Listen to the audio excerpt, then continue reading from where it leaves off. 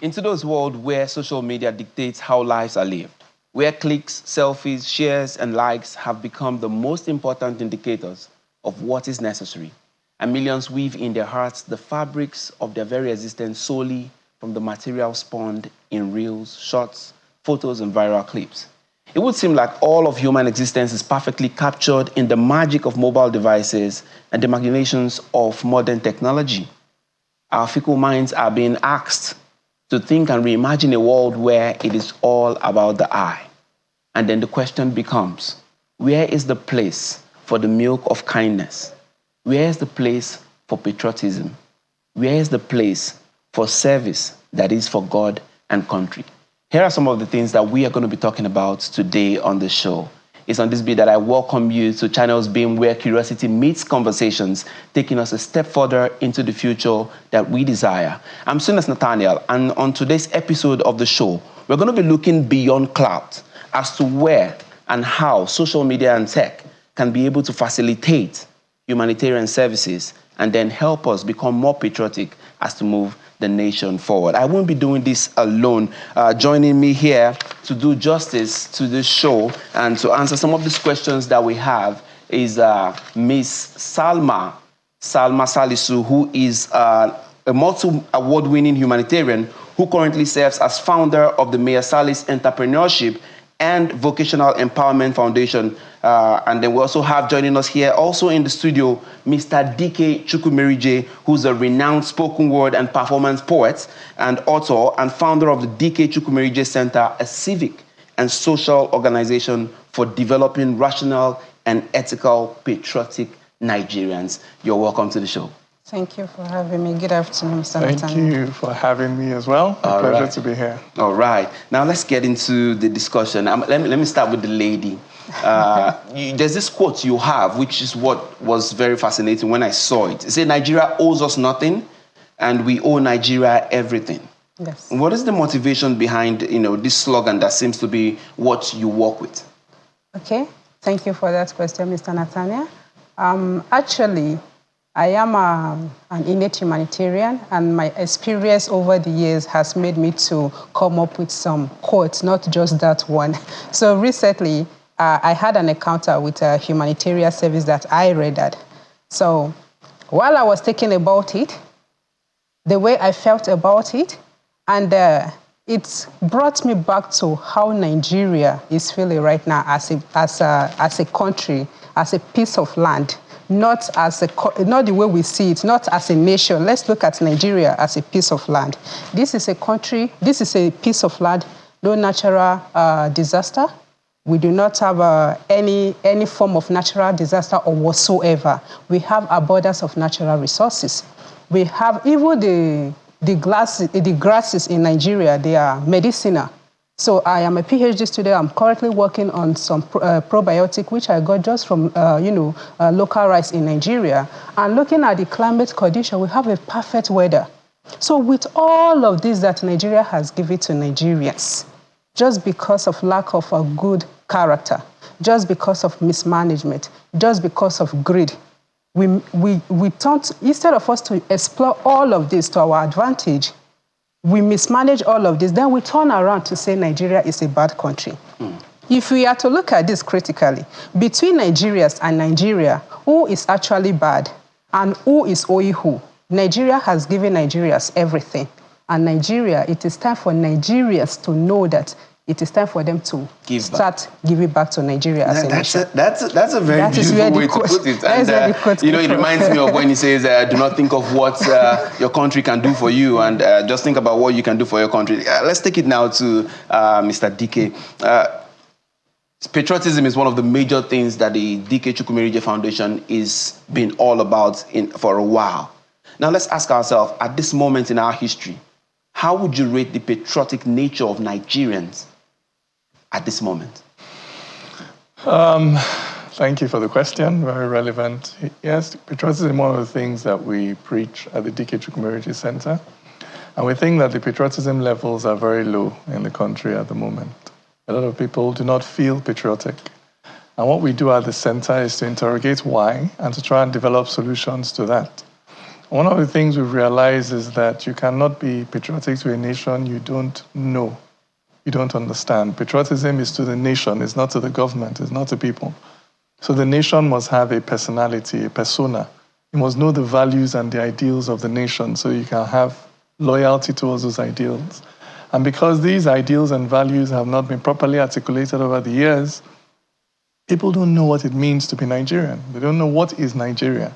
You have to know what Nigeria is before you can be loyal to Nigeria. So that's one of the knowledge gaps we're trying to fill at the center, properly articulating the nation. Many people confuse nation and government. So they think Nigeria is the politician, or Nigeria is the governor, or Nigeria is the... So if you say, I love Nigeria, they think you're saying, I love the political party, I love the president. No. Nigeria is different from the government. Nigeria is like any other nation. If America says, I'm the land of the free, it says it's an articulation of a value, an ideological position. It's giving the nation a metaphysical personality beyond the actions of its public officials. So the same thing has to happen for the Nigerian nation to become clear in the mind and spirits of Nigerians so that they can give that nation loyalty. And in fact, when you know what your nation stands for, you can use that knowledge to hold your government and your people accountable by saying that really you are not behaving Nigerian. Nigeria stands for unity. Nigeria stands for peace. Nigeria stands for progress. Nigeria stands for tolerance. Nigeria stands for equality. But your actions are inconsistent with the values of our nation. So knowing who your nation is gives you this moral authority to hold your government accountable, to ask your government to live up to the ideals of your nation. Wow, well, that's phenomenal actually, because like you said, there's a difference between the government and the people who are in government and the nation itself. Yeah. That's beautiful. Let me come back to her before I'll come back to you with some of the extra things that has to do with, how people can understand patriotism in Nigeria. But let me come back to her. Having been awarded several times for humanitarian services, I was going to ask you, how do you draw the line between this clout chasing, where people just do kindness just for the gram and all that? How do you draw the line? How do you separate the real intent, from clout chasing? Okay, thank you. Let's look at this question from my own personality. I did not just start a humanitarian service today. This is something that I grew up with as a child. This is why I tell people that I'm not a social entrepreneur. I am an innate humanitarian. In the sense that I started, this is almost congenital in me. Because my parents nurtured me this way. They taught me kindness. They taught me how to give back to people, how to give back to the society. This was how I was groomed. I watched all my siblings, my family, my uncles doing this, and I continue from where they start. So as at the time I started this work, I myself standing here, sitting here, I did not even have access to social media. Neither did I even have any smartphone. So I think clout is completely out of it. This is me living my life based on the understanding that my parent had given to me. This is me living my life based on my own earthly mission. You understand? And talking about awards that I've gotten as a result of my humanitarian activities, I must tell you that if it's about award, I am awarded. Let's put it that way. Because this is something that I've been doing since I was a child. So I have done several humanitarian, like let's take FCT for example. I think I've covered all the area councils in FCT with my humanitarian activities, talking about a back-to-school project, talking about vocational empowerment for the youth, for women, and all age group. If you go to Jiwa community, I'm a household name when it comes to humanitarian activities. Is it when you go to my state? This is something that I grew up with. I saw my uncle, Okuyas, doing this. My father, who was a subsistence farmer, after working all year round in the farm, even developed waist pain.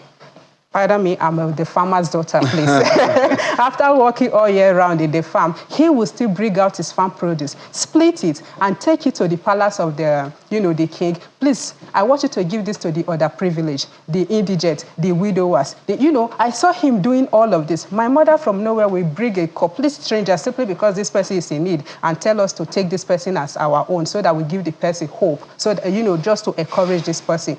my sister, my cause is Hajar Rukaya, the same thing. So I am not about humanitarian service because of likes and comments. If you even go to my social media right now, I post and post, nobody even likes. I don't even have followers on social media because I am not doing what the youth are used to. A lot of our youth, they are not used to the lifestyle. I call myself a very unique human being, understanding human being. I do not conform with the present day youth, even though I'm a youth. So there are so many things I do that they do not find, friendly with them because they are not used to it. I mean, I'm not on social media dancing. I am always talking about hard work and patriotism and, humanitarianism. So they find that transit because most of them, maybe they were not groomed that way. I hear you.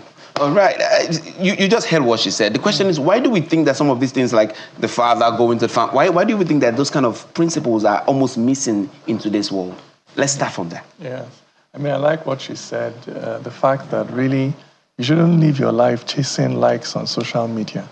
The fact that something is popular does not mean it's right. The fact that something is trending does not mean it's your path or your purpose. Really, for you to find fulfillment in this life, you need to identify your purpose. Why were you created? Why are you here? And once you find your purpose, even if it is teaching, even if it is sweeping, if it is sewing, when you begin to walk in your path and fulfill your purpose, you have a sense of contentment. There are many people that are popular, they have a lot of money, but deep down inside they are empty. And on your deathbed, what you regret is that I didn't do what I really wanted to do. Because in the end, when you're looking back, all this popularity, all this fame will not have as much meaning as you think that they will have. So I think she has a very good ideology and philosophy and approach to life. And why are many of our young people, these things are no longer as mainstream as they used to be? I think, unfortunately, for this generation, they've had a lot of bad examples. Unfortunately, we have a generation of parents that didn't show their children the right example. Everything became about money. Everything became about power. We didn't teach our children anymore. It's really about purpose and making society a better place. I remember my father always used to say that. How did you leave the world better than you met it? That's really what gives you a sense of, when you're dying and you're looking back, you're not going to say, oh, I wish I had 4 Mercedes-Benz instead of 3. That's not what you're going to. You're not going to say, I wish I went on holiday to Paris. Those are not the things that are going to cross your mind on your deathbed. And sometimes you need to walk back from that. What would I like written on my gravestone? What would I like my epitaph to be? And begin to live your life in a way that at the end of it, you can look back at it with a sense of fulfillment and purpose. And these are the things we should tell our children. Not that money is everything. If you don't get money, this one, that's not true. Money is not everything. Purpose is everything. A sense of self is everything. Knowing who you are. You can be a driver and have great pride in it because you know that this is who I am. And if you are supposed to be a driver and you go and find yourself in a bank, you will make all the money, but you will lack that sense of fulfillment. You'll be walking around empty. So we're breeding a generation of children who think everything is about cracking jokes and dancing and singing catchy songs. Meanwhile, we live in a society. There are no roads, there's no light, because nobody is bothering about the problems of the society. Everybody's thinking about their own comfort, their own well-being. But if you open your eyes and begin to care about the world and say, I don't want to leave this world the same way I found it, that's how other societies develop. Somebody will come and say, why is there darkness here? Let's find a way to bring light. And we'll spend his or her whole life looking for a solution to that problem. But when we live a very self-centered life that's all about gratification, we'll wear the nicest clothes, we'll drive the best cars, but we'll be living in a junkyard, which is what we're experiencing in Nigeria today. In 1 minute, just before we go on a break, I want you to, there's this move to try to reorient the people, for instance, by going back to the old national anthem, thing of that nature. What do you think about that move? My brother, our problem is not the anthem. The anthem we have today teaches us all the values that whatever anthem they want to bring. The problem is they're not practicing the values. So you're punching the wrong bag. The national anthem that we have today, there's nothing wrong with it. It teaches us tolerance, it teaches us empathy, but we have political leaders that don't practice this thing. It is your practice that gives power to the principle. It's not just mouthing or forming new words for us to mouth. Secondly, the optics are bad. How do we leave an anthem that we wrote for ourselves and go and carry an anthem that British people wrote for us? That's very backward looking. We shouldn't be going back. Thirdly, My brother, a dustbin of tomato is costing 8,000 naira in the market today. There's no food, there's no light, there's no security. Changing the national anthem is least on the priority of Nigerians today. And those that represent us need to have their finger on our pulse. This is not a priority on anybody's list at the moment. What needs to change is the behavior of political leaders. What needs to change is they need to stop the greed, stop the corruption, start living the values that the current national anthem preaches. Arise, O compatriots, Nigeria's call obey. Are they obeying the call of Nigeria for employment, for security, for good roads? And you're talking about changing the anthem. So it's complete misplacement of priority.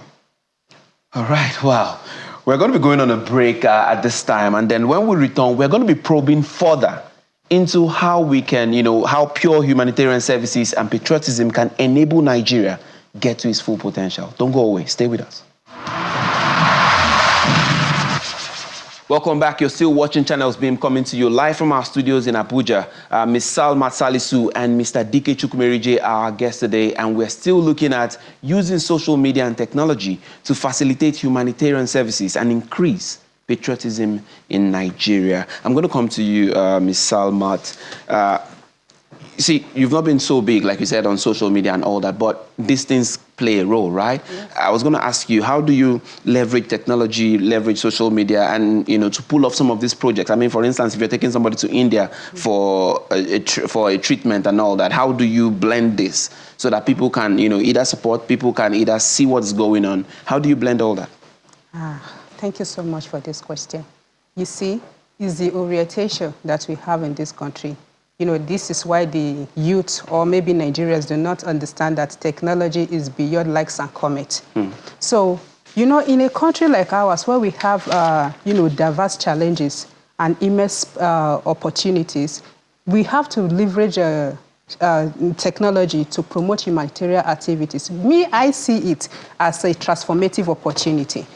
Do you know that we can actually use the technology to do a whole lot of things? Last year, just with the help of technology, the social media, like Instagram, Facebook, WhatsApp, and the rest, we were able to send, I and my team and Nigerians, with their support through digital fundraising and donation. We were able to send a cancer victim from Nigeria here abroad. And when she got there, with the help of advanced technology, it was confirmed that she was not a cancer patient, but a phalanges tumor patient.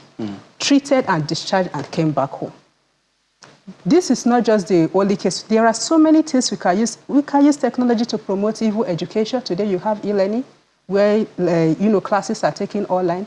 Even you write exams online. We have healthcare, where we have online hospitals, online doctors. All of these things. These are part of improving human health, which is welfare of human. Of course, it contributes to patriotism. And social media, for instance, leveraging on it to actually facilitate humanitarian service, there is a whole lot we can do about it. You can make content about the things you're doing, put it out there to encourage people, because I say it. Because humanitarianism or patriotism is something you have to relate with. It's something you have to connect with. If you do not understand it, even when you see it, you will not be able to resonate with it. So there's a say I have that we all have a sense of humanity in us, that all we need to do is to pay cautious attention to it. If we understand technology very well and we propagate technology very well, propagate humanity using technology, when me that I am doing it is because I understand it. And if you also understand it, when you watch it on the, using digital platform, you'll be able to understand what I am talking about, and you get involved. Maybe you get motivated, or you get reminded, or you get encouraged to do so. Right. There are so much we can do with technology other than what they know. And humanitarianism, as we are talking right now, are using technology to promote this service. It has become so important because we cannot do away with it. So that, because the people that are doing bad things, this is because they see what is happening there. They get, impressed with it. If people can come to social media and post things that impress them negatively, we can as well use the same social media to do things to encourage them about service to humanity and patriotism. They will also be impressed with it. So I think this is the high time we have to exploit technology to its fullest, to promote humanity or patriotism in our nation. All right. Let's go to Mr. Dike. That's a very, very, very valid point. Now, let's look at, first thing I want you to look at is to look at this present administration in 1 year. What would you say they have done right when it comes to maybe pushing people to become patriots of the fatherland, for one? You're also going to look at the younger generation and ask and answer for us, what do you think, can be done to bring them back to be patriotic? Because it seems like there's a disconnect, right? And I want you to tackle those two things in one. Bringing young people back to patriotism in Nigeria, if we're talking about formal solutions driven by the state, the best thing the state can do to encourage patriotism in young Nigerians is to reform itself. There is nothing a politician can say that can speak louder than their conduct in office and during elections. As long as we're having corruption being prioritized, tribalism being prioritized in their conduct, they can preach from now till the cows come home. It's not going to make a difference. Actions speak louder than words. If government will not reform itself, government cannot lead a drive back to patriotism. It will have to be civil society, private citizens, engaging with one another and reminding ourselves that the country belongs to us and not to politicians. And that regardless of their short-sightedness, we have to, like the Obamas used to say, when they go low, we go high. We have to look beyond that for the future of our children and our children's children. So if the government will not fight for the future of the nation, the citizens, because in the end, the highest office in the land is not the office of the president, it's the office of the citizen. That's the highest office in the land. So we have to fight for the future of our nation. I'm not sure I can think, with all honesty, of something that has been done in the last 1 year to really promote a sense of patriotism in Nigerians. The outcome and the fallout of the elections and the way they went left a very bitter taste in people's mouths, and I think people are still grappling with that. So there is still a sense of very heavy disillusionment in the polity with regards to the actions of our politicians. And even now, with the austerity measures that have been put in place, it is also difficult because we do not see our leaders implementing those measures on themselves. We must always lead by example. It is very easy to tell us to tighten our belt when we can see you tightening your belt. When you're still flying in private jets and driving in multi-car convoys, meanwhile people can't afford bread, they can't afford rice, they can't afford gari, then you are creating tension in society. Patriotism must always be led by example. All right. Staying with you, recently the Dike Chukwuemeka Center spoke about the 1966 events. It's something that is very crucial. And if you, in 1 minute, tell us how much of the ghost of 1966 is haunting Nigeria to this day. There are still many people who justify their attitudes towards other Nigerians based on things that happened in 1966. There are many people that still have toxic feelings, weariness, distrust, bitterness towards other Nigerians because of the events of the past. And so it's important for us to interrogate those events with objectivity. It's also important for us to approach those events with a willingness to acknowledge each other's pain points. It's like in a marriage. If the husband says, "You hurt me," the answer is not, "You too, you hurt me." The answer first is, "I'm sorry." And then you can now say, "But you also hurt me." So we need to acknowledge each other's pain points and see the issue from each other's point of view so that we can learn lessons from the past and then forgive, release each other, and move forward into the future so that we will stop seeing each other through the lenses of the past. So people don't look at you as an Igbo man and see you as an extension of Ojukwu or Nzogu. And you're not looking at somebody from the north and simply seeing them as an Hausa Fulani person bent on. You're able to see people for who they are. I'm able to see Salma for who she is, a lady that is here trying to make society better. She's able to see me as who I am, a middle-aged man that is trying to feed his children and keep his children in school. True. Instead of seeing ourselves as extensions of historical actors. These things are important so that when we begin to approach tough decisions about our country's future, we can come together as common victims of bad governance instead of being divided on grounds of ethnicity and religion. All right, we're about to go. 30 seconds. Tell us what for you would be the ultimate goal of your humanitarian drive. Before I answer that question, I'd like to add to what he said. Recently, I launched a campaign, which is the MEVEV Good People, Great Nation, because it is easy to stress the problems we are having in this country at the fault of our leaders. But we also have to understand that we have to reorient the younger generation. All right. You understand? We have to take them away from, because I believe that what is it called? If you are already advanced, an elderly person, there's nothing you can do. But these children, we have to let them know, okay, what you know, what you are told, this is not it, and this is the right way to go. How do we do that? By simply letting them know, living by example and all of this. We have to go now. We have to really go now. Really? Yes, thank you very much. I'm hoping we are going to have this conversation continue some other time. Thank you very much for coming on the program today. Thank you for having us. All right. That's the program for today. And indeed, it's been a great pleasure having Salma and Mr. DK on set today. Do not forget that the conversations are going to continue all over social media. So please use the hashtag ChannelsBeam and Channels TV to continue these conversations wherever you are. I am Sunes Nathaniel, and until I come your way next time, I pray you do not forget that until Nigerians find reasons to do the just and the true equitable thing for this nation will always remain a shadow of itself. Bye for now.